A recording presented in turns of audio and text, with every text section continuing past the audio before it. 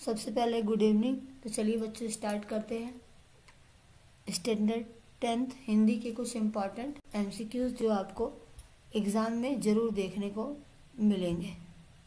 पहला क्वेश्चन है, प्रभु जी तुम चंदन हम, सही जवाब है पानी। दूसरा क्वेश्चन है, जाकी ज्योति बरे दिन राती। आप देख सकते हैं यहाँ ऑप्शन में ऑप्शन ए में भी लिखा है दिन राती और ऑप्शन बी में भी दिया गया है दिन राती।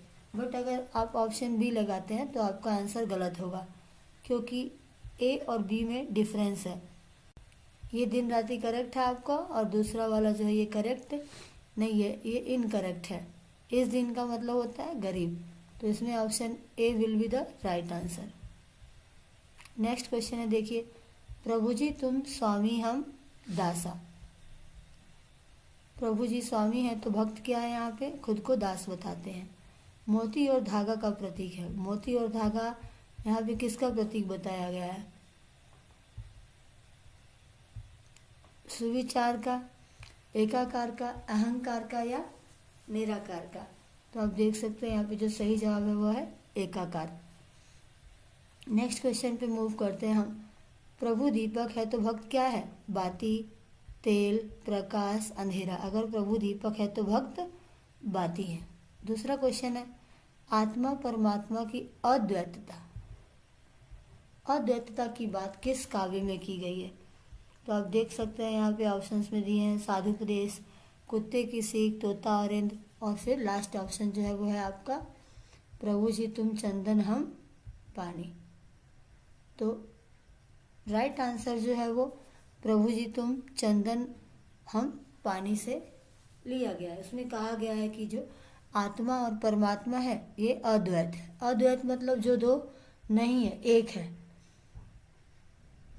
नेक्स्ट क्वेश्चन है, बूढ़ी काकी के भतीजे का क्या नाम था? धनीराम, बुद्धिराम, सुखराम, दुखराम। तो इसमें जो राइट आंसर है वो है आपका बुद्धिराम। रूपा किसकी पत्नी थी? धनीराम की, मणिराम की, हनीराम की, बुद्धिराम की। तो राइट आंसर है इसमें बुद्धिराम। किसने अपने हिस्से की पुड़िया काकी के लिए बचा कर रखी थी?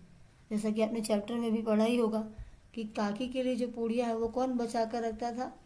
तो वो लाडली बचा कर रखती थी। बूढ़ी काकी को पत्तलों पर से जूठी पूड़ी के टुकड़े खाता देखकर कौन सन्न रह गया? तो इसमें जो राइट आंसर होगा आपका क्या होगा? रूपा है, बुद्धिराम है, लाडली, श्यामा। राइट आंसर होगा आपका रूपा, वो सन्न रह गई थी। लाडली बड़ी काकी पुड़िया देने चाहती थी, सॉरी यहाँ पे लाडली बूढ़ी काकी आएगा आपको। बूढ़ी काकी को पूड़ियाँ देना चाहती थी, परंतु उसे किसका डर सता रहा था? तो आंसर है यहाँ पे आपका माँ का डर सता रहा था। बूढ़ी काकी की कल्पना में लाल लाल पूड़ियाँ क्या कर रही थी? पहले तो समझते हैं कल्पना क्या होता है। कल्पना मतलब कुछ भी इमेजिन करना। तो जो बूढ़ी काकी थी उनकी कल्पना में लाल लाल पूड़ियाँ जो है नाच रही थी। बुद्धिराम की बेटी लाडली काकी के लिए कौन सा कवच थी? भावना का कवच थी, सुरक्षा कवच थी, भक्ति का कवच थी, या फिर दिए गए में से एक भी नहीं? तो इसका सही जवाब है सुरक्षा का कवच थी। क्रोधित बुद्धिराम ने काकी को कहाँ पटक दिया? मैदान में, कमरे में, रसोई घर में, अंधेरी कोठरी में। जिसका सही जवाब है अंधेरी कोठरी में। लड़कों ने बूढ़ों के बीच पीढ़ियों का स्वाभाविक रूप से क्या होता है? लड़कों और बूढ़ों के बीच पीढ़ियों का स्वाभाविक स्वरूप क्या होता है? भाव, स्वार्थ, विद्रोह, विद्वेष। तो इसमें विद्वेष देखने को मिलता है, जो पीढ़ियों की वजह से हमें दिखाई देता है। परमात्मा की प्रार्थना कर दो कि वे मेरा अपराध क्षमा कर दे। यह वाक्य कौन कहता है? यह वाक्य रूपा कहती है। यमुना किनारे कदम्ब की डाल पर रसखान किस रूप में बसना चाहते हैं?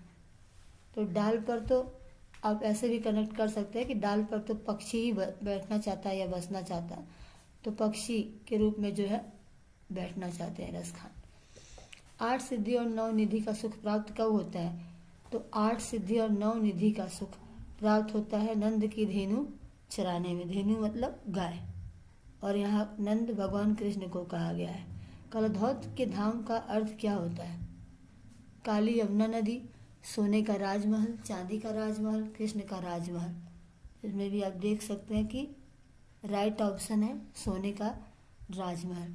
गोपी गले में डैश माला पहनना चाहती हैं, सोने की, होरी की, मोतियों की, गुंजों की। तो इसमें जो सही जवाब है आपका वो रहा गुंजों की माला।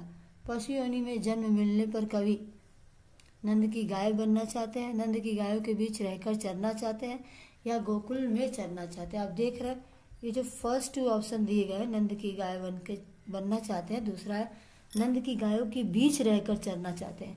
ये कहीं ना कहीं ऑप्शन थोड़ा सा सिमिलर है, बस ये डिफ्रेंशिएट कैसे होता है, ये बीच वर्ड से। तो हमें ध्यान रखना है कि राइट आंसर जो है वो बीच वर्ड वाला ही राइट ऑप्शन होगा। नंद जी की गायों के बीच रहकर चरना चाहते हैं। ओके, तो आज के लिए इतना ही। मिलते हैं नेक्स्ट वीडियो में नेक्स्ट चैप्टर से रिलेटेड एमसीक्यू लेकर। आई होप कि आप अच्छे से पढ़ेंगे, और अगर कहीं कोई मिस्टेक इसमें हुई होगी तो आप कमेंट बॉक्स में ज़रूर बताएंगे। Okay, bye bye, take care and